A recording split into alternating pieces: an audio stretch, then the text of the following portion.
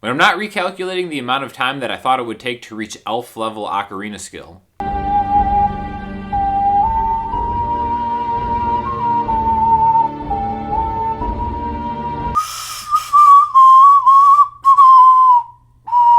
I like to answer questions that I get on YouTube, so let's get to it. Fun fact, not really that fun, but still, in some European countries, they call B the H note, and A sharp as B. So last week I posted a video where we kind of had a joke about retuning a guitar to open H standard tuning. And again, I thought it was a joke. Apparently, H is a note. Had no idea. And where is H in the grand scheme of things? In the joke, it was like we'd go G, G sharp, H, and then A. But apparently, in some European countries, H is actually a note for B, and B is B flat. Not confusing at all. But let's go to Arnold Schoenberg for the definition of this. According to Arnold Schoenberg, in his theory of harmony, it is a holdover from the uncertainty of whether the seventh note of a given scale should be a full tone below the octave in accordance with the root's own overtones, or whether the seventh note should be a half step below the octave as the root appears in the overtones of related notes, a fourth above and a fifth below, both of whose overtones contribute to the overall sound. So that is a very interesting distinction. Now, I did some research on this, and apparently nobody knows exactly why there is an H note in some German stuff. I talked to a friend of mine who's in the orchestra, and some of the pieces that they get from German composers are written in H small, which again is just known to be a B. And some people actually think that Bach actually made an H note up himself so he could spell his own name in a piece that he wrote. I kind of think it's a very interesting swap for B, and especially with that kind of Schoenberg thing, where he said that the note that should be in like a major scale, right? Like instead of having a 7, a major 7, it should be down, right? So that's kind of what they're saying, that like in that key, like if we're in the key of C major, right? B would be a flat 7, so you'd have like a C dominant 7 chord, and then H would be a major 7.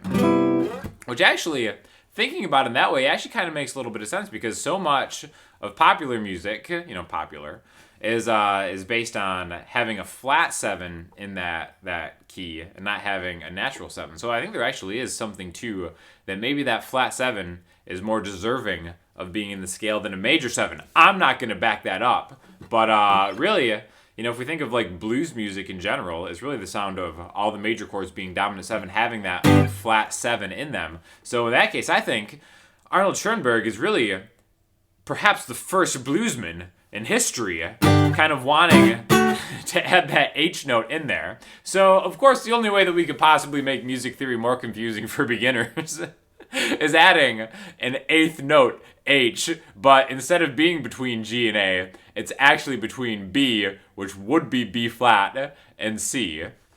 Makes a lot of sense. You're too stupid to know that we're incredibly created. That's why you could even have that created instrument in your hand. Salty Blues Creationist comment of the week. Too stupid. I'm too stupid to know my own creation. Therefore, I cannot appreciate the creation of this instrument in my hand. These blues comments are getting like more and more existential by the week. He looks like a homeless street musician with an Apple Watch. Yeah, I mean, having an Apple Watch is really like the ultimate homeless man's flex. So I'm just going to keep rocking it occasionally.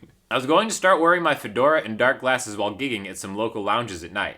So you're saying that would be pretentious. What if I confine myself to John Denver music, though? I want to talk a little bit about wearing sunglasses inside, and how really mostly musicians or actors that really need to go to rehab just kind of wear the sunglasses inside during the day thing, or at night, or whenever, really. And I know personally a lot of musicians who I know to be normal, good people that wear the sunglasses inside at night thing, and I think it's really like the stupidest thing in the world.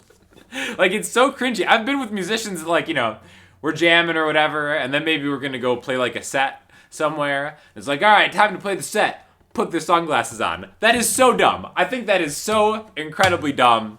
I can't say enough bad things about how pretentious. I don't even know if pretentious is the word. I almost think it's just kind of like, what are you doing? What are you actually doing? If someone could explain to me why they think that wearing sunglasses at night indoors is a good idea, unless you're, like, covering up just how terribly hungover you look. Or maybe if you have a black eye, if you've been in a fight, then I understand. But yeah, I'm definitely not on board with the sunglasses indoor thing, and I think it's pretty rough.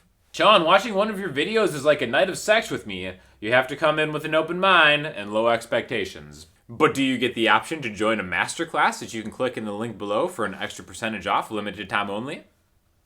I freaking love In Through the Outdoor. Can you please explain why you don't like it and why it's bad versus just making a statement?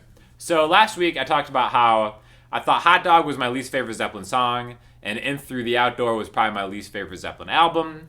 Apologies to Presence for being my least favorite album. I don't know, are there a lot of people out there who weren't around when In Through the Outdoor came out and still like In Through the Outdoor as a Zeppelin album? I feel like I may have totally underestimated people's response to this. I get it, Fool in the Rain has an awesome drum beat, and it's a cool song, but it doesn't really sound like a Zeppelin song to me. And again, what Zeppelin is to me, Zeppelin is 1 through 4, and then like Houses of the Holy and Physical Graffiti were awesome too, but it was like a little bit of a different band, and then everything post that is kind of like, not really into it as just what I think of when I think of Zeppelin. I think it's a little bit different for people who may have like gotten to experience those albums coming out, which I totally relate to because I like for me, Muse is one of my favorite bands ever, and the stuff that Muse released that is probably definitely not on par with like Absolution or Origin of Symmetry, I still enjoy, whereas maybe, a generation from now, people will be like, what the hell were they doing? I think that can kind of like skew stuff, but I think the whole sound of In Through the Outdoor is totally dated, whereas everything previous to that is almost kind of like timeless in like such an awesome like raw blues rock way. So please, let me know what you guys think. I just don't really dig it. Sorry, but musical school and hours of practicing are just better. Oh really, elitist piano player? Going to music school and practicing for hours is better for you than watching a 6-minute YouTube video?